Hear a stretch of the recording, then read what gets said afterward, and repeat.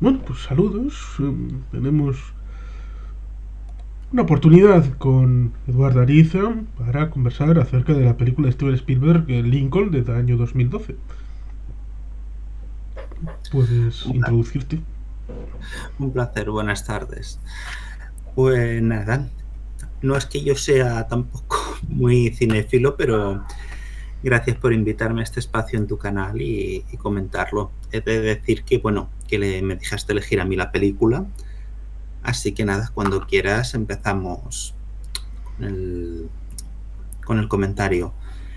Imagino que tú la has visto. Acabo de La... terminar de volver a verla. Vale, bien, así la tienes más fresca que yo incluso. Ah, pues A ver, Mm, a mí esta película me gusta mucho a varios niveles. Una es, las interpretaciones me parecen muy buenas y luego por otro lado hay el tema histórico, creo que está bastante bien recreado para lo que suelen ser las películas históricas que se permiten muchas licencias artísticas, vamos a decirlo así. Entonces, pues en ese sentido la verdad es que me gusta a los dos niveles. No sé si a ti te pasa lo mismo. Sí, ciertamente podríamos hablar que hay muchas películas cerca de la figura de Lincoln y también, si ampliamos el foco, de la guerra de secesión de los Estados Unidos. Mm, Por eso habría que puntualizar que cuando Steven Spielberg hace esta película en el año 2012, cogiendo la figura de Lincoln, pero también la película podría haberse llamado la decimotercera enmienda, porque pone el foco en la aprobación final de la decimotercera enmienda de la Constitución de los Estados Unidos antes del final formal de la guerra en abril, en aquella rendición en Appomattox. Con lo cual, ciertamente, dejándonos bueno, guiar por las anteriores películas, como por ejemplo El joven Lincoln, en el año 1939, por un genial John Ford, como otro de los grandes que también ha tratado la figura. Esta es una película específica y muy ligada a un tema concreto, con lo cual ciertamente mmm, se puede establecer primero el contexto y luego tratar el elemento de la propia película. Y como digo, también la película está muy bien tratada, el inicio, la forma de evolucionar los personajes y la trama, las caracterizaciones, las estancias. Sí, es una película que funciona bien tanto como elemento histórico como también como película, ¿no? Hay gente que me ha dicho alguna vez que le parece un poco larga. Yo, a ver, sí, es una película larga, ¿no? Pero tampoco me parece terriblemente larga, ¿no? Sobre todo Sí, para lo que se ve ahora en el... estaríamos hablando de una película de 2 horas 23 minutos, incluidos los títulos de crédito. Mm. Eh, a mí, bueno, me parece interesante el planteamiento de la película de explicar cómo se aprueba la decimotercera enmienda, no solo explicando pues la parte bonita, digamos, sino también un poco pues las miserias que hubo detrás de todo el proceso, que no fueron pocas. Y en ese sentido, pues bueno, creo que el trabajo del, del guionista, en este caso, también es bastante solvente. Yo creo que era muy complicado sintetizar a todas las sensibilidades y todos los personajes que intervinieron, pero bueno, lo coge casi todo, a los republicanos más radicales, lo que sería el abolicionismo más tradicional, a los moderados, el Partido Demócrata, que en aquel momento era el partido pro, pro esclavista, en el sur había sido el Partido Confederado, y bueno, no sé, a mí la verdad ya te digo, el resultado me gusta bastante. Y luego sí que creo que también el carácter de Lincoln, la personalidad esta tan complicada que tenía, sale bastante fielmente retratada. Mm, Sí, Daniel Day-Lewis hace un buen papel y una buena interpretación del personaje de Lincoln.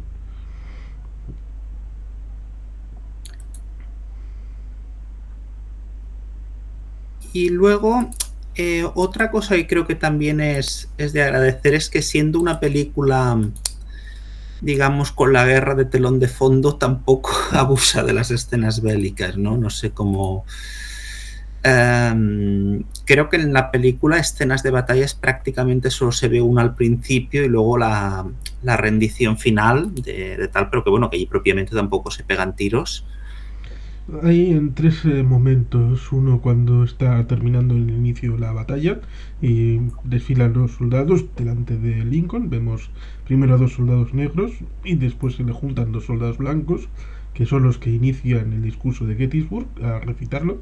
Y precisamente uno de los negros, que es Cabo, es el que justamente termina el cenotafio, el cierre del discurso con el que para que el gobierno del pueblo, por el pueblo y para el pueblo no desaparezca de la faz de la tierra. Y luego tenemos en abril, el 3 de abril, una visita del presidente Lincoln a Petersburg, en Virginia, que es para ver in situ los horrores de la guerra.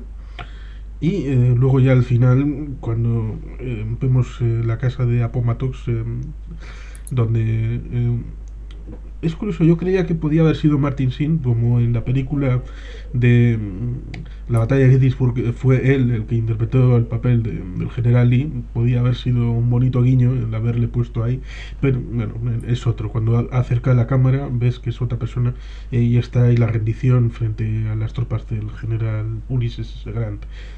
Esos son los tres momentos, pero claro, es una película que está centrada en el tema político, no en el tema bélico, con lo cual ciertamente tiene que dar minutos a la relación entre los propios miembros de la Cámara, tiene que dar tiempo a la situación del juego con la delegación o no delegación de los confederados, si tenía que llegar o no llegar, el juego de mayorías, minorías, porque claro, hubo elecciones en mitad de la guerra, unos meses antes. De hecho, por cierto, ahora que está tan de moda el tema, fueron las primeras en las que hubo delegación de voto, o sea, perdón, delegación de voto, voto por correo. Se crearon entonces para que los soldados pudieran participar en las elecciones. Es un elemento interesante porque eh, hace un par de años, cuando arreciaba el tema de la pandemia, evidentemente mucha gente quiso votar por correo porque tenía miedo a ir al colegio electoral y sentirse, mmm, bueno, con temor precisamente de acoger algo que no debían. Y precisamente fue ese voto por correo el que algunos dijeron que tenía que ser ilegalizado. Cosas de los demócratas de toda la vida. Sí. Bueno, ahora, en fin, la verdad es que el tema de fondo, incluso en la película, que más allá de la historia de la aprobación de la 13ª enmienda y tal, sería el racismo, no deja de estar bastante de moda en Estados Unidos. Sí, seguramente por eso es por lo que hizo Steven Spielberg la película, haciendo un ejercicio de historicismo presentista. Y que no gustó a mucha gente, pero bueno, no pasa nada.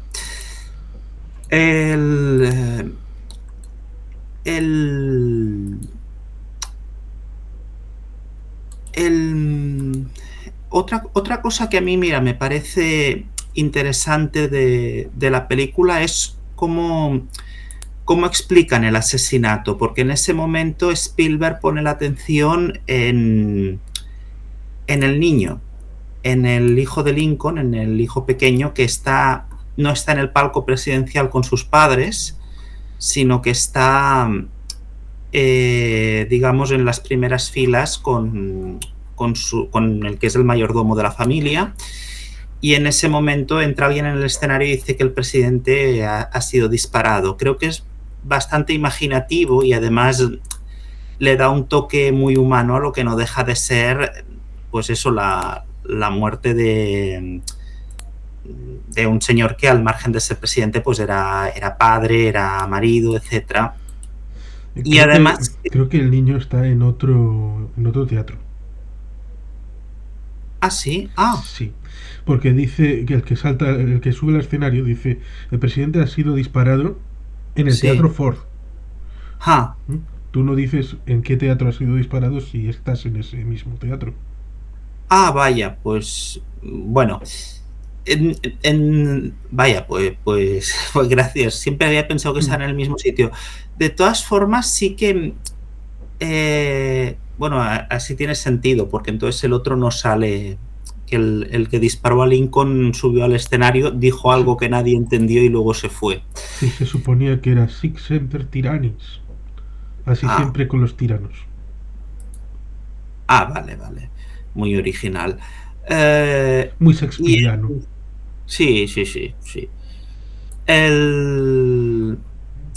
El, el tema, bueno, para mí en todo caso lo que es interesante es que no eh, muestre el momento del disparo, o sea que el magnicidio no se enseña y se pone un poco, pues eso, el énfasis en su hijo, en las personas Mm. queridas, en cómo fue recibida la noticia.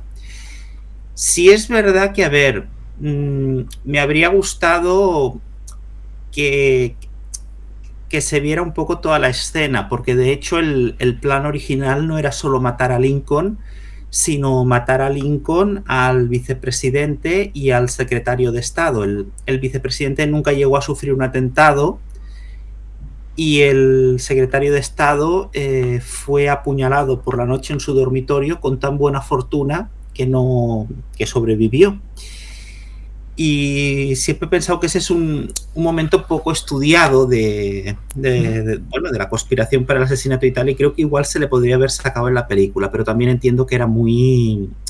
O sea, rompía mucho el espíritu del cierre. Sí, y sobre todo que la idea era centrarse en la decimotercera enmienda. Y Mm. bueno, siempre hay que poner ese final porque un poquito después es cuando se sucede el magnicidio. Pero digamos que podemos situarnos en el presente del año 2012, en el que 2 años antes habían presentado una película que se llamaba The Conspirator por parte de Robert Redford, Mm. contando la historia de Mary Surratt, el tema de lo que sucedió con el juicio de ella.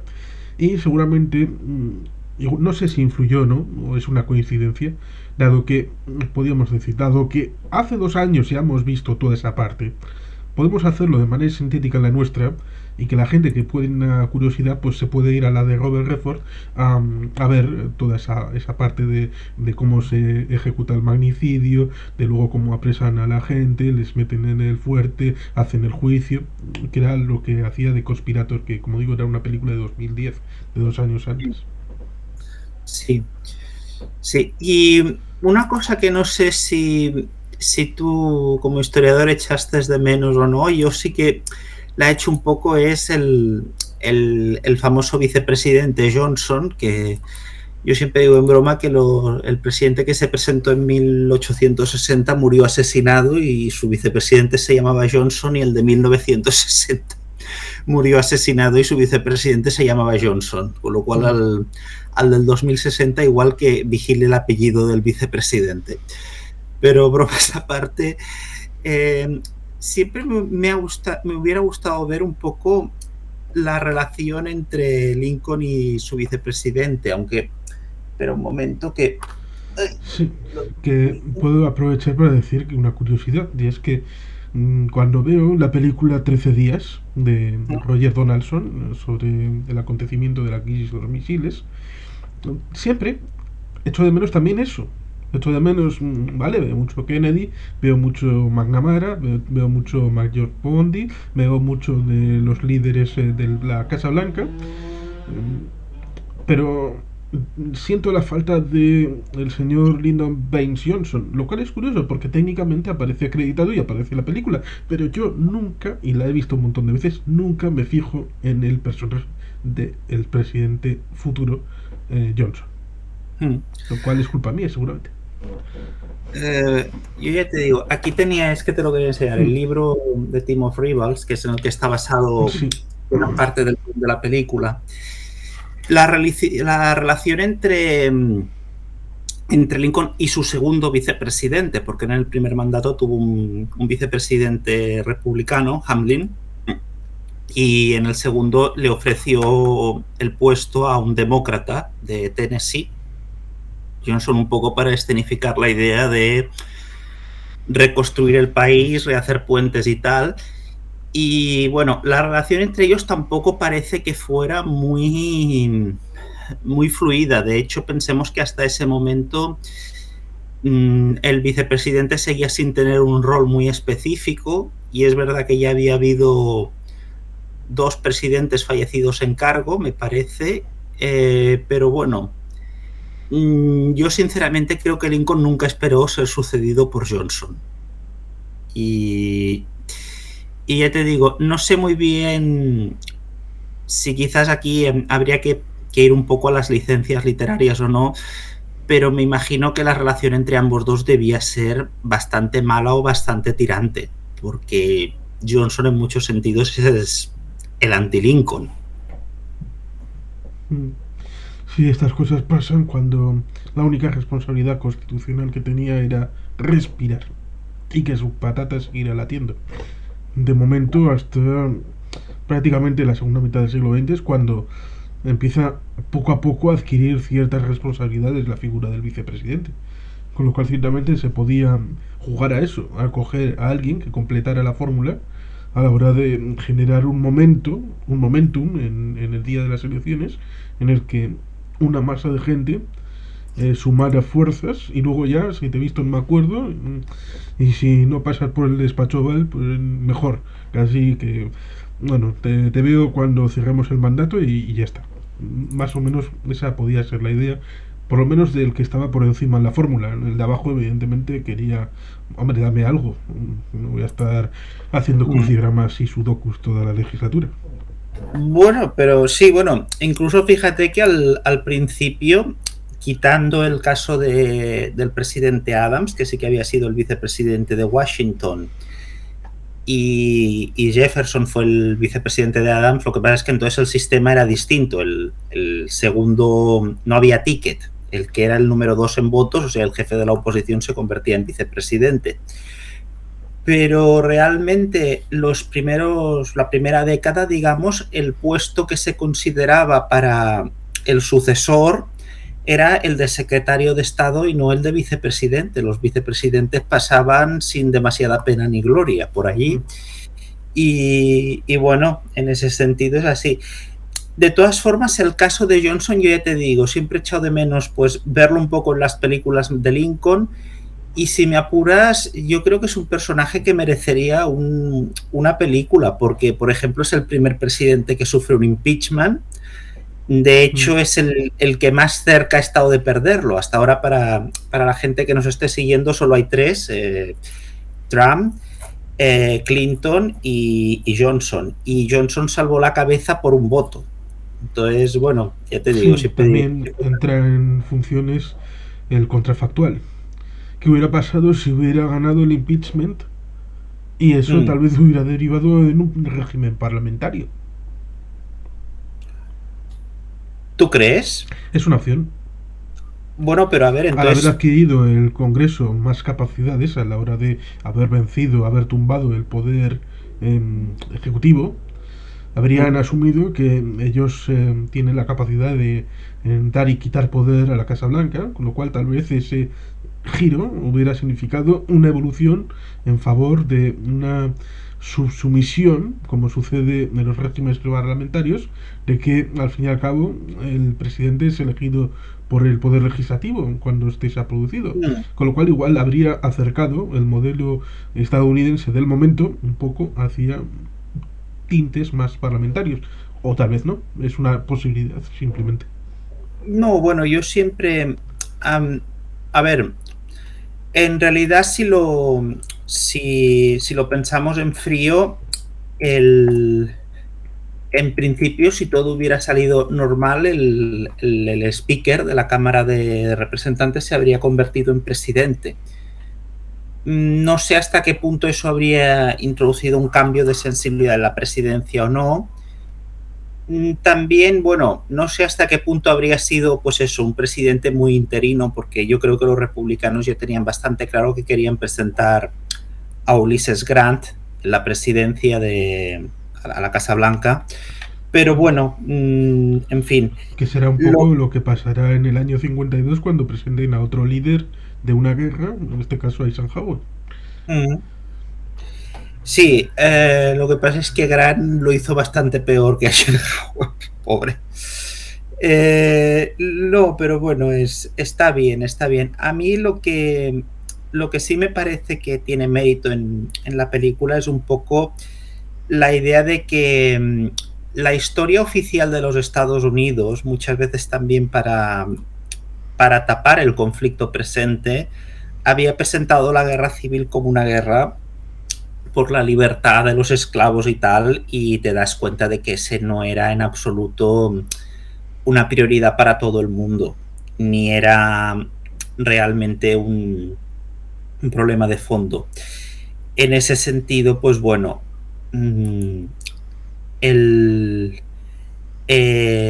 luego, por ejemplo, una cosa, cuando vi la película por primera vez el año que se estrenó, después me fui a buscar libros de texto del siglo XX de Estados Unidos, de los institutos. Nunca se menciona que la enmienda se aprobó por 2 votos de diferencia. Este tipo de cosas son un poco las que de alguna manera pretenden invisibilizar el problema histórico de racismo en el país, y creo que está muy bien que se destape. O sea, a mí me parece memorable la escena que tienes a la señora Lincoln contando en su libretita los que van votando y los que no, a ver si ya aprueban o no aprueban y cuántos votos les faltan. Y por 2 votos, incluyendo el del speaker, que no era del todo frecuente que votara. Con lo cual, si hubiera hecho lo que le tocaba por tradición, habría sido por un voto. Con lo cual, ciertamente, tenemos esa circunstancia en la que muchos opusieron. Hasta el punto de que el estado de Mississippi solamente ratificó la 13ª enmienda en 1995, e incluso hubo alguien que lo dudó, porque la mayor parte de las ratificaciones fueron en el año 1865. Pero luego otros, por ejemplo el gran estado de Texas, lo hizo en 1870. Sí, esto, a ver, a nivel jurídico, que quizás es un poco la parte que me gusta de la película, hay que tener en cuenta que cuando Estados Unidos aprueba una enmienda al Congreso, no necesita que la ratifiquen todos los estados, sino 2/3 de los estados. Pasa como con Alemania, no tienen que ratificarla todos los Länder, sino la mayoría absoluta. En ese caso me parece que es de los Länders, o también 2/3, ahora la verdad es que no me acuerdo en el caso alemán. De modo que, aunque no la hubieran ratificado, seguía digamos, estaba plenamente en vigor en todo el país. Lo que sí que es verdad es que políticamente realmente te dice mucho que hubiera estados que nunca hayan querido, incluso creo que queda alguno, espera, que lo voy a consultar. Que técnicamente tienen que ratificarlo. En el caso de las enmiendas, creo, igual me equivoco, pero creo que lo tienen que ratificar aquellos estados que existían en el momento de la votación inicial, fueran rebeldes o no. Con lo cual, técnicamente, los territorios que aún no eran estados no tienen la obligación legal de ratificarlos. Desde Arizona, por ejemplo, que se estableció como estado, si no recuerdo mal, en 1912. Tampoco Alaska y Hawái, que se establecieron como estado en el año 1960.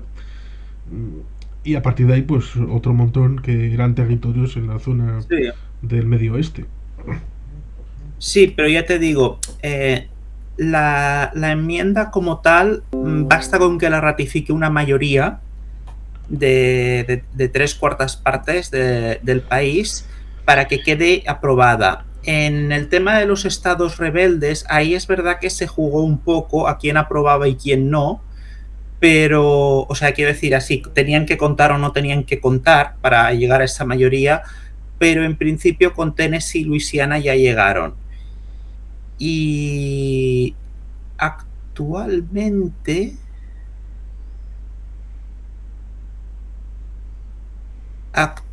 no, bueno, el último es el que tú has dicho, es Mississippi, y los demás no la han ratificado. Ya directamente cuando se incorporaron a la Unión ya se entendía que contaban con ella.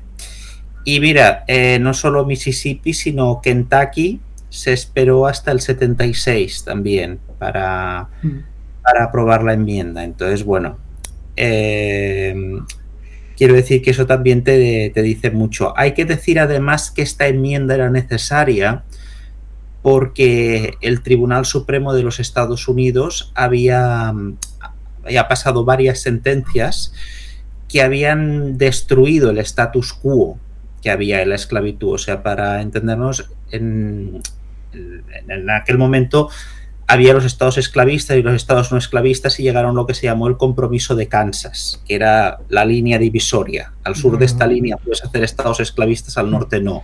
Si no recuerdo mal, es la línea Mason-Dixon. Lo saben mejor que yo porque no caía en el nombre, pero básicamente el Supremo en una sentencia se cargó este acuerdo, dijo que era inconstitucional y que cada estado podía decidir si era esclavista o no, y además dijo que los negros como tales no podían llegar a ser nunca ciudadanos de pleno derecho de Estados Unidos. Entonces se tiene que aprobar esta, y luego hay otra enmienda que se aprobará que ya no es tan famosa, pero que también tuvo su importancia, que es la 14ª, que es la que abre la puerta a los derechos de todo el mundo al sufragio y a la ciudadanía americana. Que es un tema interesante porque ciertamente poner radicalmente el foco en una circunstancia como causa única y unívoca de la guerra civil estadounidense es un error, como suele pasar siempre. Las causas siempre suelen ser poliédricas, y aquí tendríamos una circunstancia en la que había siempre una división entre el norte y el sur, más o menos, hasta el punto de que la capital, Washington, se sitúa más o menos a medio camino de todos, hablando de las 13 colonias originales, es decir, sin la expansión hacia el oeste.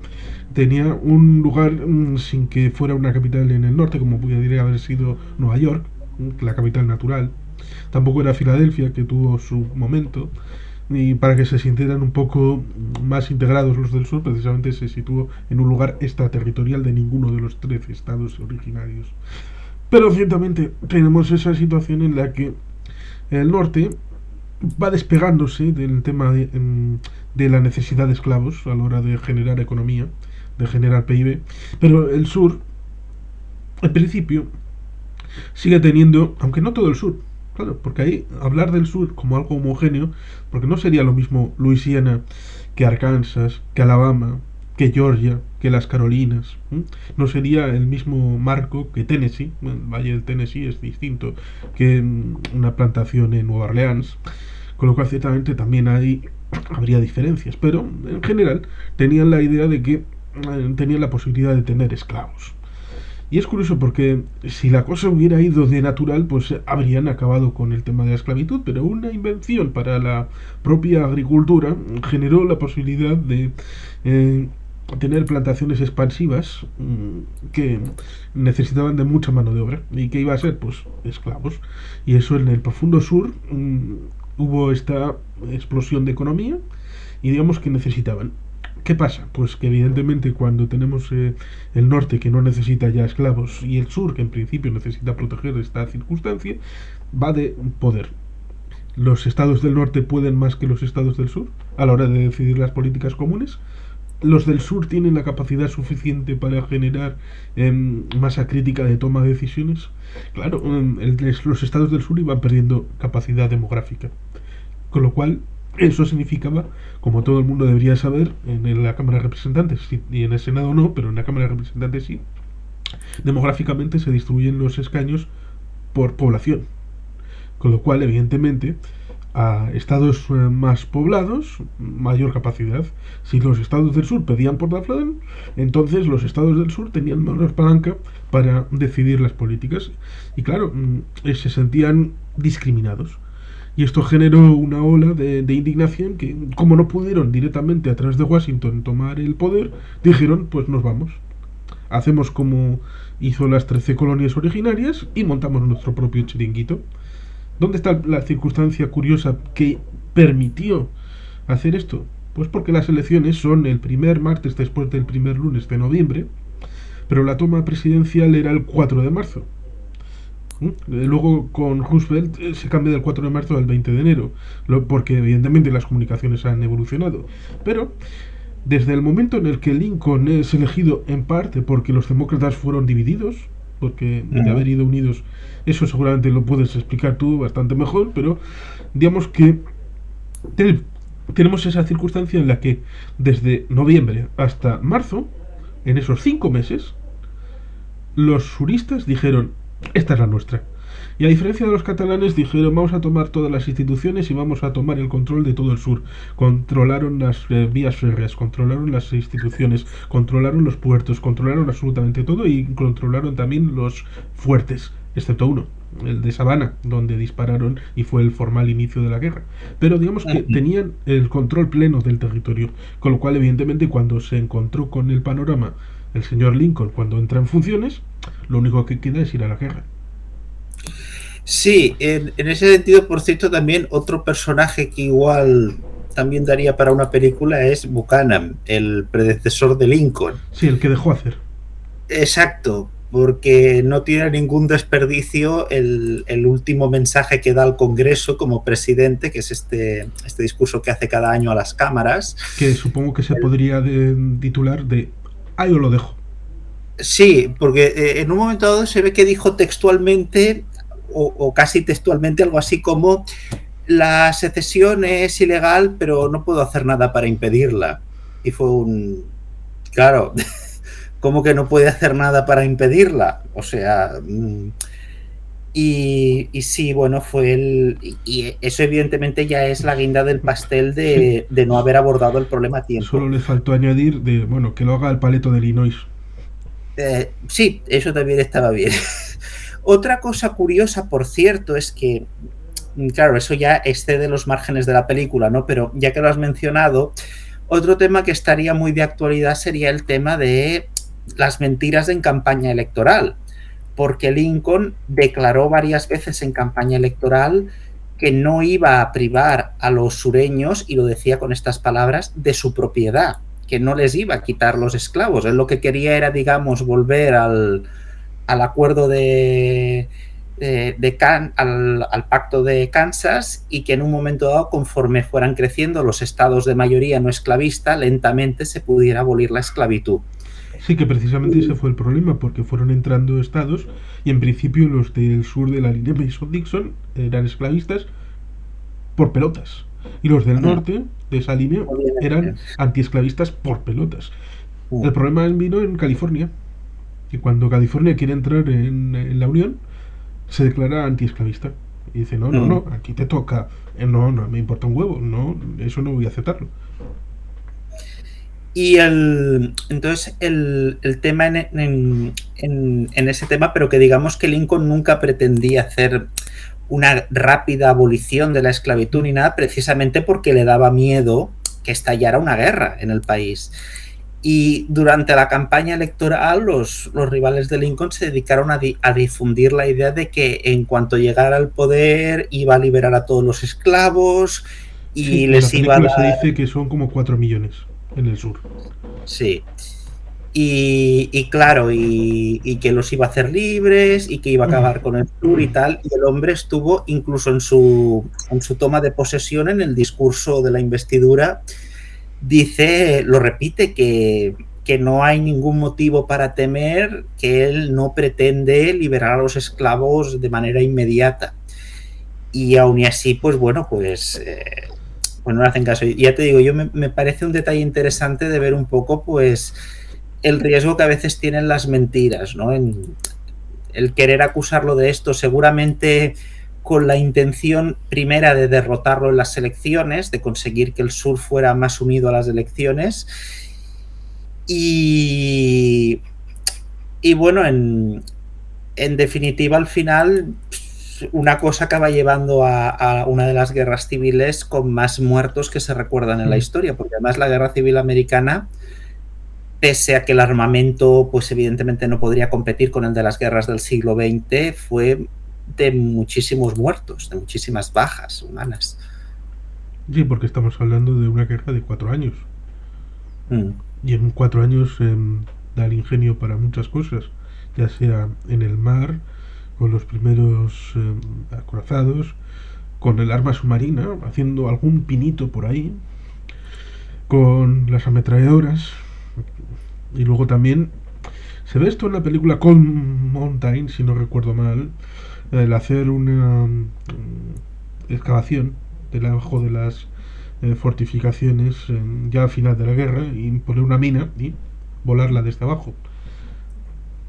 Lo cual también será muy importante como el tema de las trincheras en la Primera Guerra Mundial 50 años después. Lo cual es curioso porque mucha gente que debería haber conocido de una u otra manera lo que sucedió en la Guerra Civil estadounidense no pareció darse por enterado porque como era en América, bueno, no pasa nada.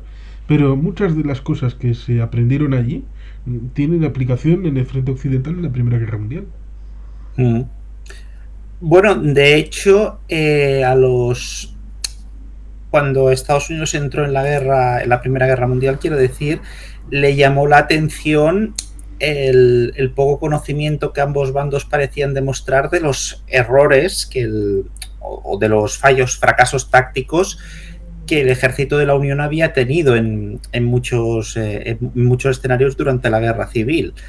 Y sí, es exactamente lo que dices, ¿no? Que quedó completamente ignorado. Y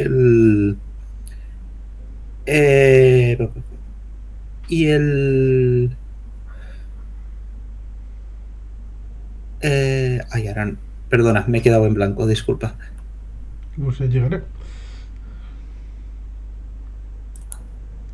¿Cómo? No, que ya llegará. Bueno. Y no, esa sería, yo ya te digo, a mí es una película que creo que vale la pena ver y que incluso me gusta un poco por el hecho de que tampoco sea particularmente maniquea. Lo que pasa es que, a ver, yo creo que hay un bando que por más que se haya embellecido cuesta un poco, ¿no? Si quieres explicar las partes de los republicanos más anti-esclavistas, los abolicionistas, qué tipo de clasificación había, qué defendía cada grupo dentro del marco del Congreso. Bueno, a ver, para que la gente nos entienda, estamos en un Congreso, cuando se ve en la película, que se ha quedado a la mitad. Es decir, la mitad de los estados del país, los estados del sur, se han ido de la Cámara y se han quedado solo los senadores y congresistas del norte. Esto significa que la enmienda en cuestión no hay ningún problema para aprobarla en el Senado, porque en el Senado prácticamente se han quedado todos republicanos, salvo algún que otro demócrata. En aquel momento el Partido Demócrata, esto que siempre se dice que ellos intercambiaron los puestos, ¿no? El partido, digamos, proesclavista era, ya lo hemos dicho, el Demócrata. Cuando esto ocurre, pues ya la mayoría de estados del norte, los senadores, que solo son 2, y además en aquel momento aún la mayoría eran elegidos por el Parlamento del Estado, no directamente por los ciudadanos republicanos. El Congreso, en cambio, hay una mayoría absoluta republicana, pero que no llega a la mayoría cualificada. Entonces tenemos a los demócratas, que son los más decididos a mantener la esclavitud como legal, y luego tienes a los un segundo.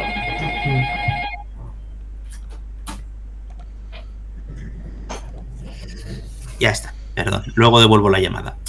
Y luego tienes dentro del Partido Republicano, yo creo que queda muy claro que hay 2 sensibilidades. Están los que se hacían llamar los republicanos conservadores o originarios, que de alguna manera querían abolir la esclavitud, pero como digo yo, sin prisas. Estaban dispuestos a negociar. De hecho, muchos de ellos venían del propio Partido Demócrata, del ala más progresista en aquel momento en materia de esclavitud del Partido Demócrata. Luego tienes a los abolicionistas radicales, que querían abolir la esclavitud y además y dar los mismos derechos a los negros que a los blancos, etcétera, etcétera.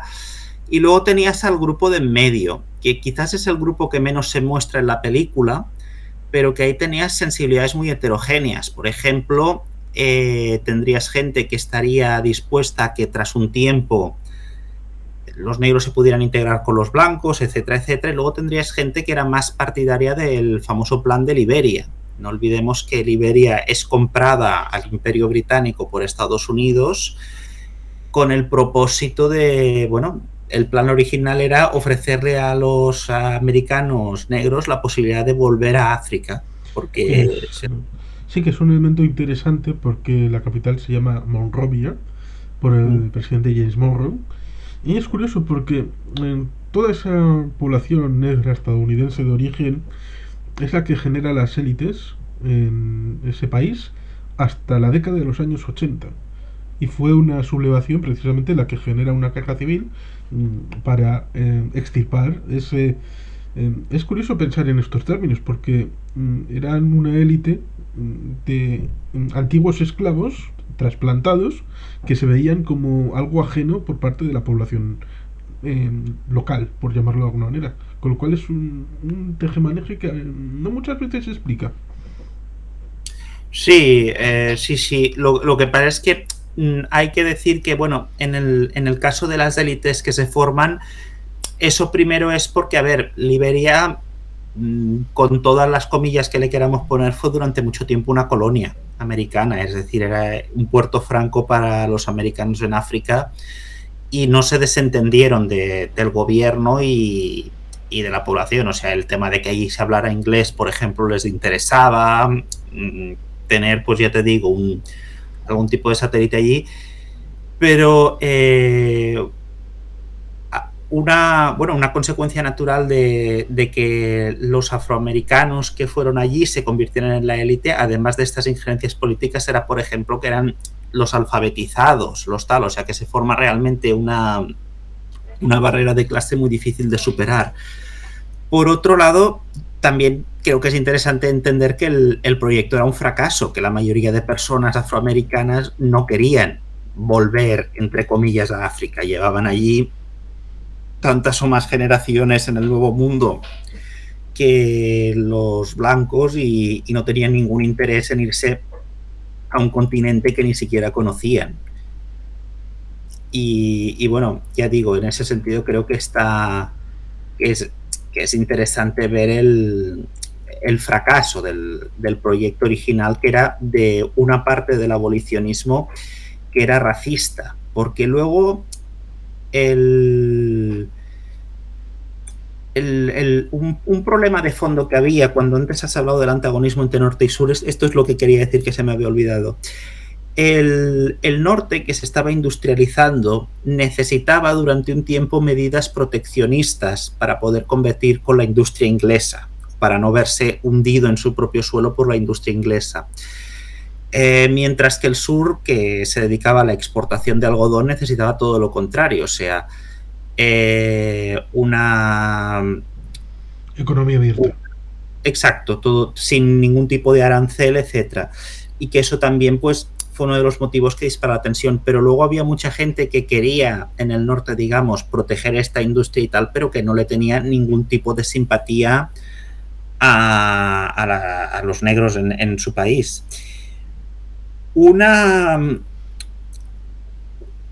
Esto me lleva, por cierto, a otra película de Spielberg que la puedes dejar para otro día, pero que también está relacionada con este asunto. Para él ha sido un clásico, que es Libertad, el buque negrero español que la propia tripulación se sublevó y acabó en Estados Unidos. Creo que te refieres a Amistad. Perdón, eso, Amistad. Y hubo toda un pleito de fondo. Además, España apeló varias veces, más de las que se ve en la película, y habría sido, pues bueno,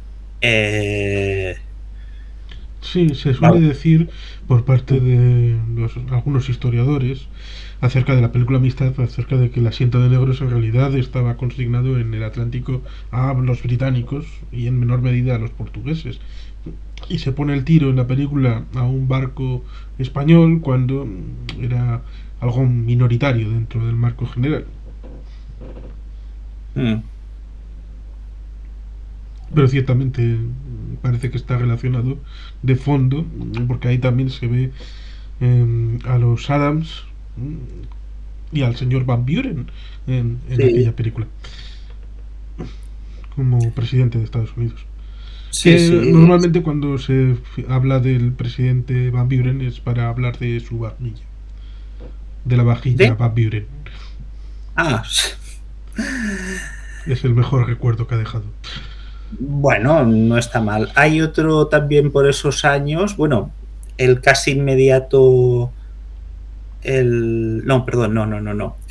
Fue un poco posterior, ¿no? Pero que también es cercano a la guerra. Fillmore, que una vez vi un mini documental que hacían su biógrafo y decía que, bueno, que su mejor acción presidencial fue que consiguió hacer bajar el precio del sello. Y ya está, o sea, no todo lo que ha pasado por el despacho Val ha sido maravilloso, precisamente. Sí, pero ciertamente hay una de las partes de la película que es interesante.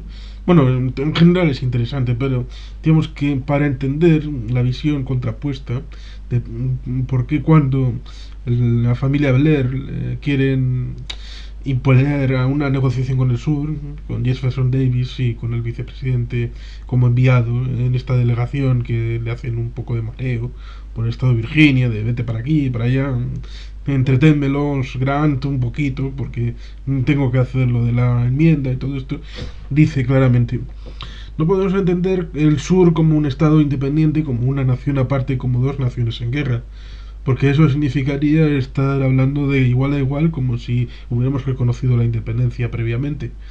Tenemos que hablar como son rebeldes dentro de estados que están rebeldes dentro del marco de la Unión. Y por lo tanto, ahí tenemos un choque. Porque los del sur quieren ser tratados como una nación aparte para las negociaciones y para la reconstrucción. Pero eso no puede ser asumido porque eso significaría destruir primero la Unión para luego volver a reconstruirla. Con lo cual es un elemento conceptual, a pesar de lo que haya podido decir en campaña el presidente, el entonces candidato, porque ciertamente, por ejemplo, Woodrow Wilson o el señor Roosevelt en la Primera y la Segunda Guerra Mundial, antes de entrar habían dicho, no, eso de los europeos, que se encarguen ellos, y luego acabaron entrando los dos. Con lo cual, ciertamente, las mentiras y la propaganda, pues es cierto, ha pasado en todas las presidencias, pero ciertamente esa pose de Lincoln es de fondo y tiene un contenido y un peso importante a la hora de entender por qué era tan importante pasar la enmienda, porque, claro, el Tribunal Supremo y los tribunales ordinarios de los circuitos de cada estado podían poner en solfa la proclamación de emancipación de 2 años antes, después de Gettysburg. Y además ahí había otro problema, que es que la proclamación Lincoln la hizo usando sus poderes de guerra. Y una duda muy fuerte que había a nivel jurídico en aquel momento era, cuando acabe la guerra, las medidas que el presidente haya dictado en virtud de sus poderes de guerra siguen en vigor, y aunque no estaba claro, lo cierto es que la respuesta más obvia era no. Una vez acabe la guerra, las medidas, pues por ejemplo, de control de precios, de determinados productos, los embargos y tal, todo eso evidentemente decaerá y se mantendrá solo lo que disponga el Congreso. Y bueno, pues, pues también era por eso muy importante asegurar que la emancipación no sería tumbada después. O sea, yo sí que creo que haber hecho la guerra y que después la esclavitud se hubiera legalizado, que es un poco lo que le piden cuando se entrevista con la comisión parlamentaria de los estados del sur, es eso, que si podemos volver a la Unión y mantener la esclavitud, y dices, hombre, después de toda la guerra, yo creo que eso ya no es aceptable para uno de los dos bandos. Sí, aunque también de cierto tiempo a otro han dejado algunas minas acerca de este tema de la esclavitud, separándose a posteriori. Por ejemplo, en la película Gettysburg de 1993 hay una parte al final, antes de la carga de Pickett, que dicen algunos de, bueno, aquí está Virginia, aquel es no sé qué, el otro, no más allá, y previamente alguno de ellos ha dicho, nosotros estamos en contra de la esclavitud, simplemente queremos la libertad de Virginia y mantener el derecho de, no dice el de autodeterminación de los pueblos, pero digamos que algunos del sur veían la guerra como una nueva revolución americana para refrescar los derechos de los territorios a separarse de un tirano, porque en la película también a Lincoln se le establece como que ha mantenido la democracia a través de la guerra, ha puesto límites a la libertad de prensa, a la libertad de expresión, estas cosas que a veces se dicen. Bueno, hay toda una valoración al respecto. A ver, desde mi punto de vista y haciendo una lectura, digamos, totalmente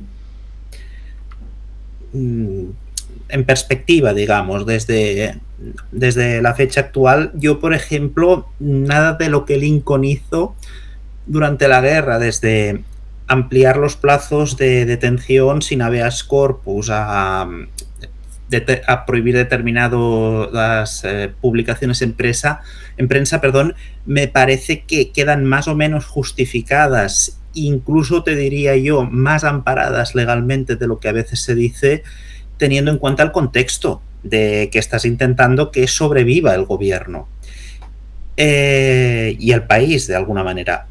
Ahora bien, yo, por ejemplo, si pienso en el decreto de Roosevelt que puso a todos los norteamericanos de origen japonés en campos de concentración, ves, eso para mí sí que no tiene justificación. Cuando pienso en la Patriot Act y la norma anterior que le autoriza al presidente a intervenir indiscriminadamente comunicaciones y tal, ahora ni siquiera estando en guerra, aunque bueno, se habla un poco de la guerra contra el terrorismo y tal, pues yo creo que la idea de que Lincoln era un tirano queda bastante aminorada en la perspectiva histórica. Sí, seguramente sea así, porque creo que fue el caso Korematsu en 1987 el que puso de relieve ante las autoridades judiciales ese antiguo delito ante la historia, como es haber por el artículo 33 metido a todos los japoneses de origen a un lugar donde estuvieran controlados cuando muchos llevaban un montón de años, y se asimila bastante a esa situación en la que en la zona del Volga había alemanes de origen que llevaban como 300 años viviendo ahí, y en cuanto los alemanes se acercaron, Stalin los mandó venga a Siberia, venga, y es una cosa que dices, bueno, prácticamente estás haciendo una limpieza étnica en el caso de Stalin, porque prácticamente te los fumigas. En el caso de Roosevelt los tengo controladitos, no va a morir ninguno, pero lo cual ciertamente es terrible. Sí, no, a ver, los campos americanos no eran campos de exterminio y las condiciones eran relativamente buenas a nivel de alimentación y sanidad, pero sigue sin estar justificado, en mi opinión, el tema. Pero ciertamente la película tiene ese presentismo, en tanto en cuanto en un momento de la película se llega a explicitar el hecho de que ¿qué pasará si liberamos a estos 4 millones de esclavos del sur de un día para otro? Y bueno, ¿qué pasará por los blancos? Los blancos de América van a quedarse en minoría en su propio país. Es un poco este supremacismo que parece que ha resurgido con los Donald Trump, con los Víctor Orbán, con Putin incluso, porque tiene una playa de cohorte ahí en los medios de comunicación que hablan de porque los eslavos son los últimos blancos de toda la historia y todo bla bla bla bla bla. Bueno, una de estas cosas que dices, estamos hablando en serio de temas de plan Kudenov-Kalergi, la gran sustitución y todas esas chorradas del mundo. Hay mucha gente que se lo cree, por desgracia, pero sí. Pues tenemos esa situación en la película, y precisamente una de las razones para no liberar a los esclavos. Sí. Te voy a tener que dejar por ahora, ¿vale? Sí. Eh,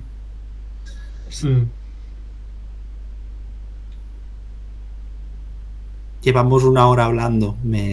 Tengo un pequeño compromiso dentro de un rato. Sí.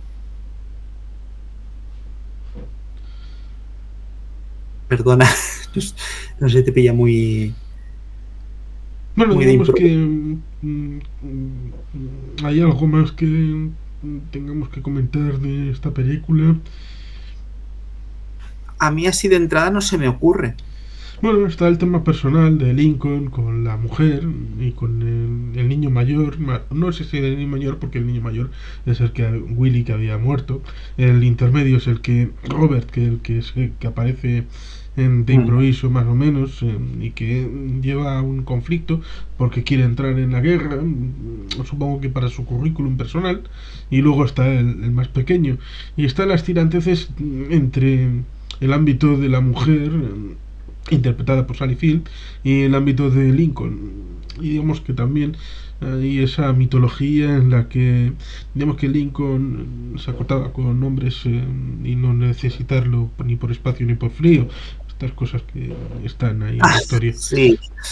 Bueno, a ver, yo mira, de Lincoln y de su carácter personal siempre hay una cosa que me he planteado conforme más lo estudiaba, que es la posibilidad de que Lincoln tuviera algo así como lo que hoy se llamaría el síndrome de Asperger, por algunos de sus rasgos, de cómo no sabía entender ciertos comentarios que le hacían, o si nos fijamos en cómo él interactúa, a veces hace comentarios que dices, ¿por qué te pones ahora a contar esto? ¿O por qué mencionas ahora esto? Que no se sabe tal. O no sale en la película, pero por ejemplo una vez en un discurso uno de sus asesores le dijo, you are very funny, eres muy gracioso, y además acaba de contar una historieta divertida.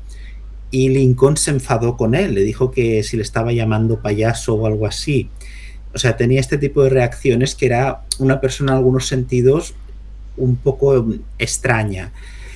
Respecto a la otra faceta, la autora del libro, de Team of Rivals, en principio descarta la idea de la homosexualidad.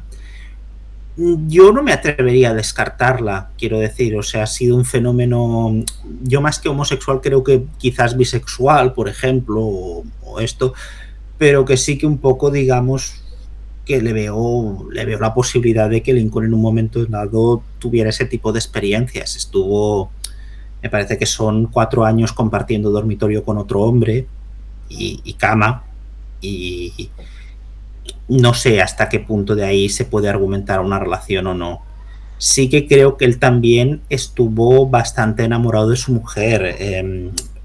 La mujer de Lincoln tenía algún tipo de problema mental que, con más de 100 y pico años de historia, es muy difícil decir pues qué tenía exactamente, pero parece ser que sí que tenía algún tipo de dolencia, como esquizofrenia, quizás bipolaridad, no se sabe, y a Lincoln varias veces le dicen que la encierre y Lincoln se niega, o sea que creo que tampoco habría que dudar.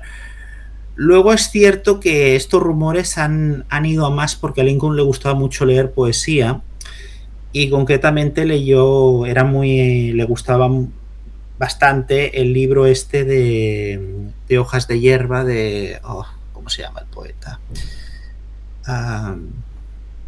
Espera. Sí, yo de nombres no, y menos de poesía. Walt Whitman. Sí, Walt Whitman. Y que, bueno, que digamos Walt Whitman es uno de los primeros escritores quizás que habla abiertamente, o todo lo abiertamente que puede hablar, de la homosexualidad como un tipo de relación que... Sí, que precisamente podemos hablar de la inclusión de Walt Whitman en El Club de los Poetas Muertos, que es una película que tiene una relación cripto-homosexual en la parte protagonista. Hay una interpretación plausible en que los protagonistas, digamos que tienen una relación cercana. de amor. La verdad es que no la he Y que en visto, parte la por de... eso se suicida el protagonista. Mm, ya. Y que precisamente Y se pone, porque estamos hablando del Club de los Poetas Muertos de la década de los años 50, con lo cual es mm, plausible que pudiera existir, pero en un colegio de estos no pudiera ser tan explícita. ya, ya. Ah, yo ya, ya te digo, el tema para mí es quizás una cuestión menor investigar Sí, pero digamos que sobre... lo pongo encima de la mesa porque al fin y al cabo estas situaciones de negar lo que uno es o pueda sentir sucede a consecuencia de los dogmas. Los dogmas que ponen en el frontispicio algo que debes de creer, de que tienes que pensar, de que tienes que pasa con los negros tienen que ser tal, los homosexuales son gente tarada y tiene problemas. Es el mismo concepto el que lleva a poner clases, a poner jerarquías, al separar las sociedades. Este caldo de cultivo es el que genera normas que segmentan y hacen perrerías y tienen consecuencias en la historia. Por ejemplo, una de ellas es la guerra civil y otra que en los años 60 se revolucione Stonewall Inn y empiece el Día del Orgullo. Son explosiones de necesidad de verse uno libre. Sí, sí, evidentemente la gente en general no le gusta, y es bastante comprensible, la idea de ser reprimida de ninguna manera. Y lo peor de todo es que cuando alguien es reprimido pues por su raza, por su sexualidad, en cualquier ámbito, las personas que no... Las personas que ejercen esa represión muchas veces no parecen darse cuenta o no quieren darse cuenta de la gravedad y luego no entienden la contrarreacción, les parece gratuita. Ahora que dices esto, pues esta semana han elegido por primera vez a una persona abiertamente, a una mujer abiertamente lesbiana como gobernadora en los Estados Unidos. Ahora no recuerdo exactamente en qué estado, y el comentario de siempre era, bueno, ¿y quién nos importa lo que sea esta mujer? Y dices, bueno, un poco sí que importa, es que hasta el año 92 había, no sé si una docena de estados que seguían teniendo leyes antisodomía, leyes Mm. anti-homosexualidad. El matrimonio homosexual se aprobó en 2015, o sea, sí que es un Sí, avance porque el problema no es... y que en el año 1993 se tuvo como un avance, que es algo terrible, aquella política de don't ask, don't tell. No preguntes, no Sí, digas, en el ejército de los Estados Unidos, de como yo tapo los oídos y tapo los ojos y no pregunto esas cosas, aquí puede entrar cualquiera. Pero, hombre, esas cosas son evidentes, no puedes dejar de saber, porque si una persona tiene a alguien que quiere, eso en el cuartel tarde o temprano se va a saber, porque en un estado libre esas cosas fluyen con naturalidad.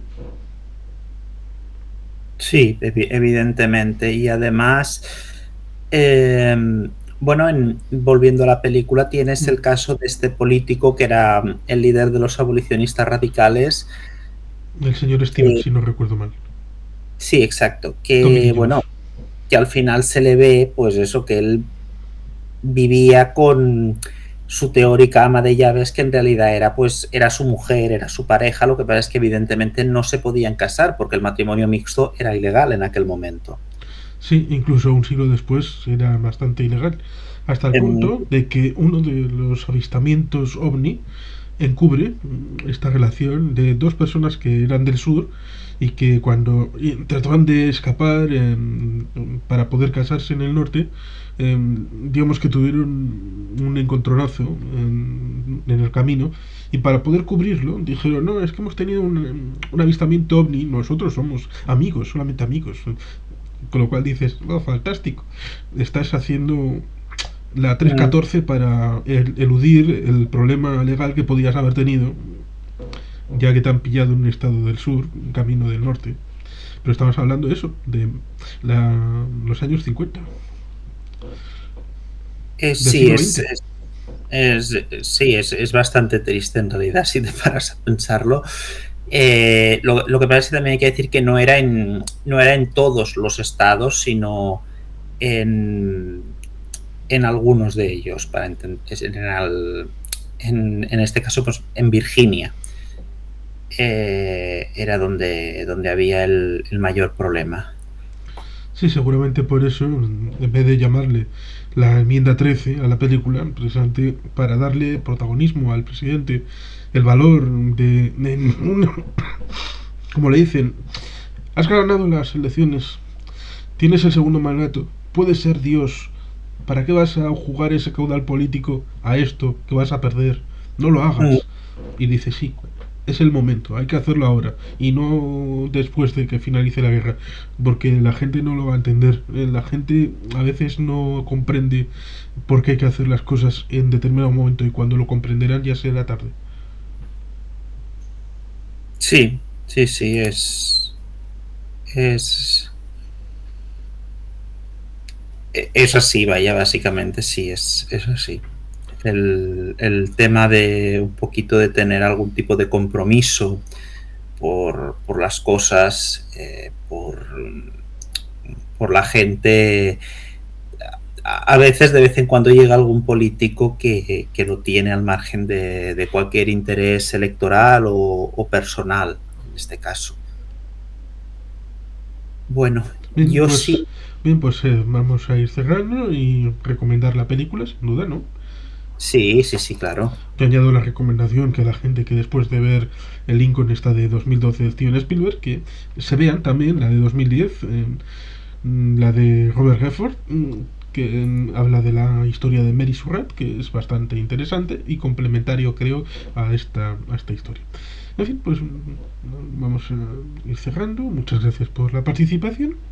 Y muchas gracias a ti. Y perdona que me haya... Lo siento, es que no he caído, no pensaba que íbamos a estar tanto rato hablando y cuando he visto el reloj me ha asustado un poco. Venga, Pues hasta la próxima.